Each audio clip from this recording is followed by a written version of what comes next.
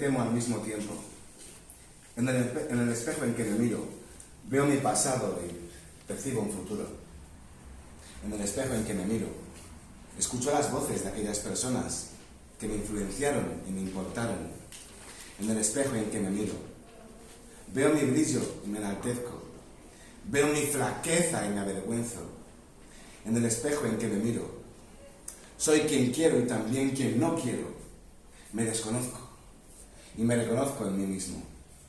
En el espejo en que me miro, lloro de alegría y grito de euforia. Soy egoísta y generoso. Soy un macarra y un bohemio. En el espejo en que me miro, soy escritor o cantante. Soy un actor o un modelo, un activista, un charlatán. En el espejo en que me miro, me siento un hombre.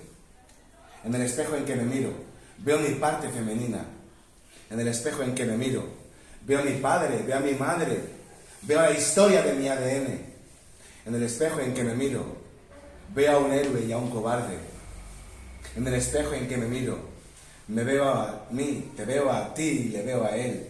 Me veo en primera, en segunda y en tercera persona. En el espejo en que me miro, estoy orgulloso de ser quien soy, de mi belleza y de mi talento y de mi seguridad.